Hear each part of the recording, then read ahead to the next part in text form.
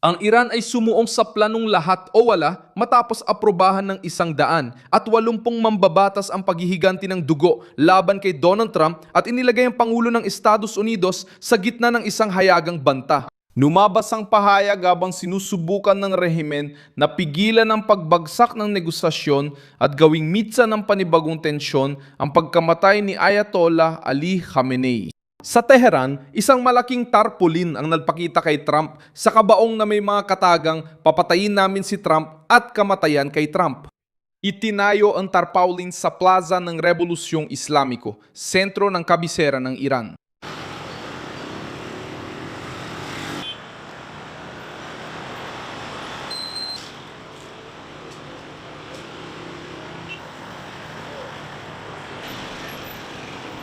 Habang ang mga puwersa ng Estados Unidos ay nagsimula ng panibagong serye ng mga pag-atake laban sa mga posisyong militar na konektado sa kontrol ng kipot ng Hormuz, sumagot si Trump ng hindi nagpapakita ng pag-atras. Nang matanong tungkol sa taning, sinabi niyang alam ng mga Iranian ang dapat gawin at nagbabala na mas mabuti silang magpakabait. Magbibigay ba kayo ng taning sa Iran bago magbomba? Hindi ako nabibigay ng taning, pero alam na nila. Alam na nila ang sitwasyon. Ginoong Baydar, dapat yata magpakabait sila. Ginoong Presidente? Siyempre. Tama yun. Kasabay nito, nagbanta siyang palalawakin ng pambobomba sa mga planta ng kuryente at mga tulay kung patuloy na tatanggihan ng Teheran ang kasunduan. Nahaharap ang rehimen sa panlabas na presyur ng militar at matinding alitan habang may mga mambabatas na humihiling ng paghiganti at ilang opisyal na nagsisikap panatilihin ang diplomatikong solusyon. Ang pahayag ay nilagdaan ng mahigit 100 at 80 sa 270 na miyembro ng Asambleyang Konsultatibong Islamiko sa unang sesyon na isinagawa ng harapan matapos ang mahigit 4 na buwan. Hiniling ng mga mambabatas na ang mga pinuno ng mga sanggay ng pamahalaan ay magsagawa ng formal na hakbang upang ipagiganti si Ali Khamenei na napatay sa pag-atake ng Estados Unidos at Israel noong ika-28 ng Pebrero, 2026. Binatikos nila ang mga pakikipag-usap sa Washington at iginiit na hindi mareresolba ang mga problema sa pagitan ng dalawang panig sa negosasyon. Itinaas ang mga pulang bandila na ginagamit bilang simbolo ng paghihiganti sa loob ng parlamento. Isa pang dokumentong iniharap ng mga mambabatas ang humiling na ituring ng tapos na ang pansamantalang kasunduan sa Estados Unidos.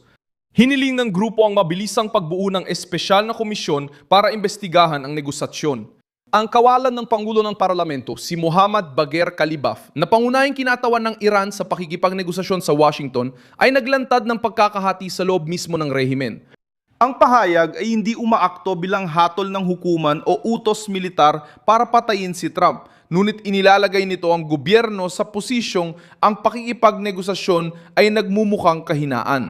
Layunin ng kampanya na panatilihing mobilisado ang tao, itago ang mga hidwaan at ipakita ang pagtutunggali sa Washington bilang relihiyoso at pambansang tungkulin. Ang bagong kataas-taasang pinuno, Mojtaba Khamenei, ay nangako rin ng paghiganti para sa pagkamatay ng kanyang ama. Sa isang mensaheng binasa sa telebisyon ng Estado, idineklara niya na ang pagganti ay isang kahilingan ng bansa at dapat itong mangyari kahit sino pa ang namumuno. Hindi pa muli nagpakita sa publiko si Mojtaba mula nang masugatan siya sa pag-atake noong Pebrero 28. Kahit wala siya, ang kanyang pahayag ay nagbigay ng pampulitikang proteksyon sa pinakamalalakas na sektor ng parlamento at revolusyonaryong gwardiya. Tinatangka ng pamunuan ng Iran na gawing dahilan ng pagkamatay ni Ali Khamenei para ibalik ang pagkakaisa, patahimikin ang kritisismo at pigilan ng mga negosyador na tanggapin ang mga kondisyong ipinataw ng Estados Unidos.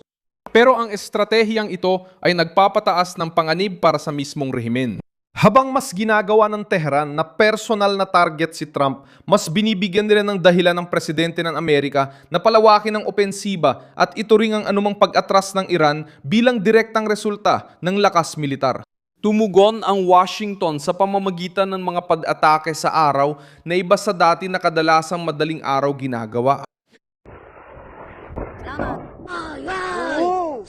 Wow! Kapag ginawa nila lahat yan, isang atake lang ng kalaban ay wasak na agad sila. Ay, lagla. Noong umaga ng Hulyo 15, sinimulan ng Central Command ng Estados Unidos ang panibagong opensiba laban sa mga posisyon ng Iran na ginagamit para bantaan ang mga komersyal na barko sa kipot ng Hormuz. Umabot ng 90 minuto ang operasyon na tinarget ang mga sistema ng depensang pangbaybayin, mga imbakan ng cruise missile at mga lugar ng paglulunsad sa isla ng Grande Tambi. Sinundan ng opensiba ang 7 oras na pambobomba noong Martes na tumama sa 12-dosenang target militar sa baybayin ng Iran. Napasama rin sa saklaw ng opensibang isla ng Renga. Iniulat ng ahensyang Iranian na MER na tinamaan ng mga bala ng Amerikano ang isang posisyon sa isla malapit sa Keshme at kipot ng Hormuz. May ulat ng malalakas na pagsabog. Kinumpirma ng Central Command ang pag-atake sa isla ng Grande Tambi sa parehong estratehikong lugar. Ipinapakita ng pagtutok ng mga pambobomba na inaalis ng Washington mula sa Iran ang mga radar, launcher, imbakan at mga depensa na sumusuporta sa presyon sa paglalayad. Sabi ni Trump, ang mga target sa sektor ng enerhiya ay para sa huling yugto, pero maaring pasukin ito ng opensiba sa susunod na linggo. Nagbabala ang mga negosyador ng Amerika sa Teheran na dapat tanggapin ng rehimen ang kasunduan. Ipinakita ng tugon ng Iran na bukas pa rin ang alitan sa loob ng rehimen. Ipinahayag ng kagawaran ng ugnayang panlabas na wala pang agarang plano para sa panibagong negosasyon at ang prioridad ay ang depensa. Mas kalkulado ang posisyon ni Kalibaf, tinawag niyang bigmaang eksistensyalang labanan at iginiit na dapat lumaban ng Iran hanggang wakas. Aminado siyang estratehikong pagkakamali ang lubusang pagtalikod sa diplomasya. Ang presyon mula sa 180 mambabatas ay sinusubukang isara mismo ang pintong yon at alisin sa mga negosyador ang anumang puwang para umatras. Umabot din ang tensyon sa hilagang Iraq nang tamaan ng misilang lugar na konektado sa oposisyong Kurdish ng Iran, silangan ng Erbil.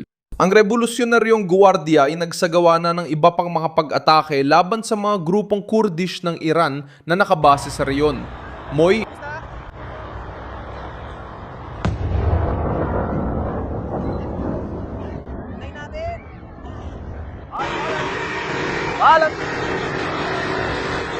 Melida! Pakita ang tuhod! Ayos!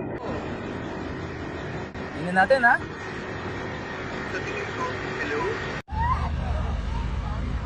misyon.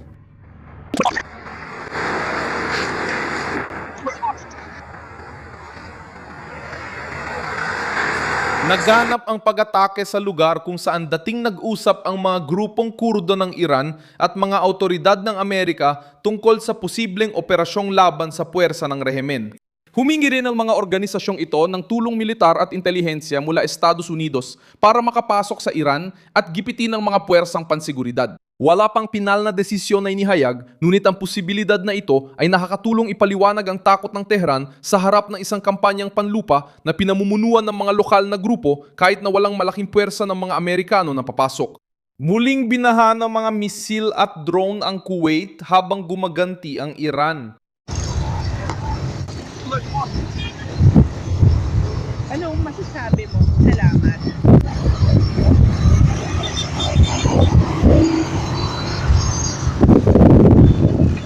Sa opisyal na ulat na inilabas noong gabi ng Hulyo 14, sinabi ng sandatahang lakas ng Kuwait na kanilang natunton at nawasak ang isang balistikong misil, 5 cruise missile at 33 drone ng kalaban. Bumagsak ang mga debris sa iba't ibang lugar na dulot ng pinsala sa mga ari-arian at 4 na sundalong Kuwaiti ang nasugatan.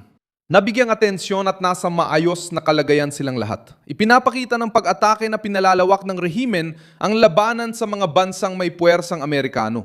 Sinusubukan ng Teheran na pataasin ang gastos ng opensiba sa rehiyon at pilitin ang mga gobyerno ng Gulpo na gipitin si Trump.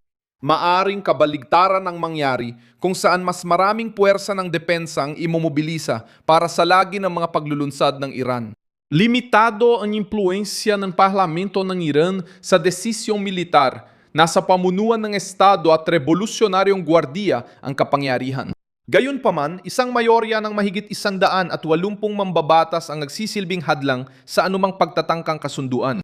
Ang mga negosyador na papayag umatras ay maaring akusahan ng pagtalikod sa paghihiganting ipinangako ng pinakamataas na liderato at ng mga pinakamatitinding paksyon ng rehimen. Itinakda ni Trump ang susunod na linggo bilang deadline para sa posibleng opensiba sa mas mabibigat na target. Pinili ng Tehran na gawing opisyal na pulisya ang pagbabanta laban sa Pangulo ng Amerika. Eksaktong sa panahon na ang kanilang mga sistemang militar, mga estratehikong isla at mga ruta ng supply ay tinatamaan, araw at gabi. Maraming salamat sa panunood ng video na ito hanggang dulo. Suportahan ang aming proyekto at magbigay ng pinansyal na suporta sa pamamagitan ng Pixky na makikita sa inyong screen. Kami ay independenteng channel na nagbibigay ng tamang impormasyon. Ang inyong ambag ay tumutulong sa amin na magpatuloy.